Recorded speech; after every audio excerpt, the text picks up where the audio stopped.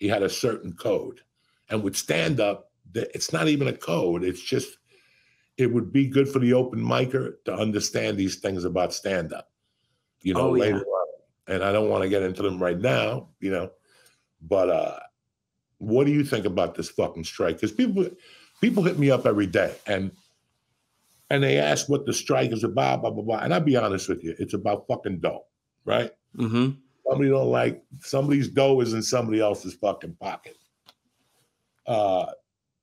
It's going on, 4 months for the writer's strike and 2 for the fucking actor's strike, maybe, 2 months. And I got to be honest with you, and I know I'm going to get a lot of backlash for this and people are going to bust my balls. I'm really concerned about the little businesses. We lived in Burbank. We lived close to Burbank. We were right at Portos twice a fucking month. And even if I live here, I still became connected to that area. And especially in Burbank, I think about tacos, 1776. That's where people were going to eat all day from the studios. I think about that dry cleaner that's open 24 hours. Who takes clothes to a dry cleaner at 3 a.m? A coke fiend and actors, like a studio, for clothes for the next day to prepare. I like that place. They had Oreos for free. They what? They had Oreos for free, that store. I used to go in there and just steal an Oreo. Jesus Christ, Lee, who steals a fucking Oreo? You have to have some decency at some point. But that's who I think about. Listen, again, I'm going to get some backlash for this, or somebody will be mad at me for saying this, but I've seen some of those writers on Facebook, and I know a lot of them. And a lot of them are hurting, but a lot of them have trust funds, or they're like everybody else in Hollywood. They're living off credit cards, and they figured out a way to do it. And so my concern is that those small businesses, they just recovered from fucking COVID. They just started making a profit from fucking, So that's who I think about, the little people, the below the line people. I'm always very honest on podcasts. I saw something that disturbed me in the beginning. They said the average SAG actor makes $65,000 a year.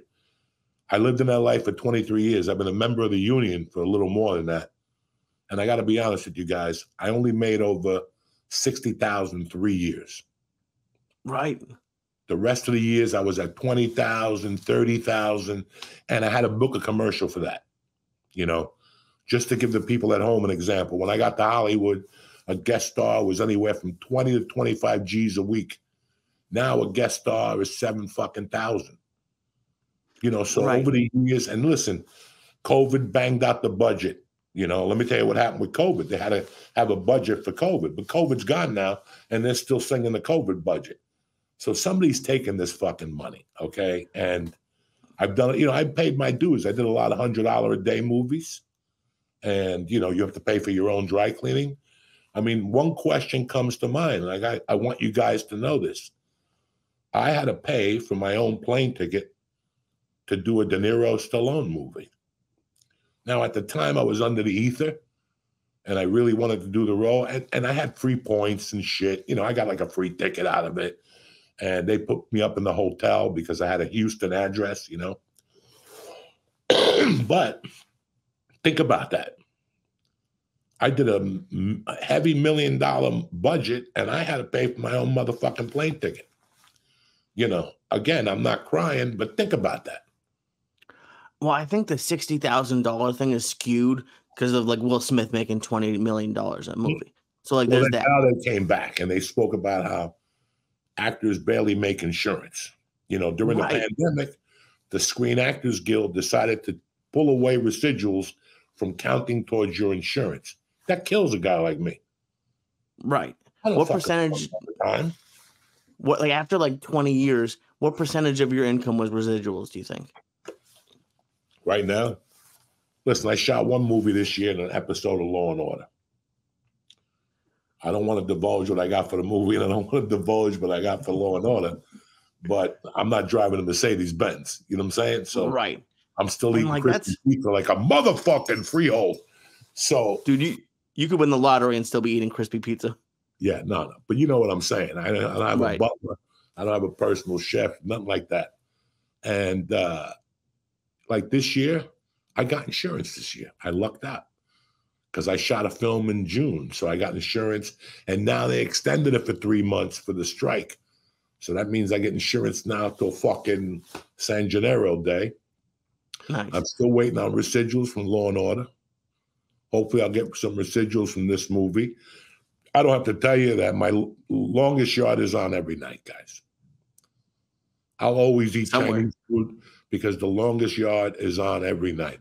Are my residuals big? Every once in a while, but guess what, bitches? You'll see it this week on CBS at 8 o'clock. And that's a nice cut for Uncle Joey. Okay. Do you switch to the channel if you know what's on? What's that? Do you switch to the channel if you know what's on just so like the viewership goes up? No. I would do that. No. I don't. Listen, if I saw that movie when it came out, and then I didn't watch it again for years. And when it would come on TV, I would put it on for like a second. And it wasn't until about 3 years ago that I rewatched it. And I was like, Jesus fucking Christ. You know, it's going to be the 25-year anniversary, or the 20-year anniversary is in 2 years. But next year is the 20th year that we shot the movie. That was 20 fucking years ago. And they still play the fucking movie every goddamn fucking night. So I'm really happy about that. And I hope that the strike doesn't break the union. You know, the writers, the WMP, whatever the fuck it is, made a statement that they were going to break the writers. They were going to make them sell their homes and shit. That's a cold-blooded fucking statement. Yeah. That's like whether the way like I look at it, and I was never part of a union, but before I met you, I moved to LA to be an editor. And I got to work on some pretty cool reality shows, but I also interviewed for a lot of shitty, and I worked for a couple of shitty ones.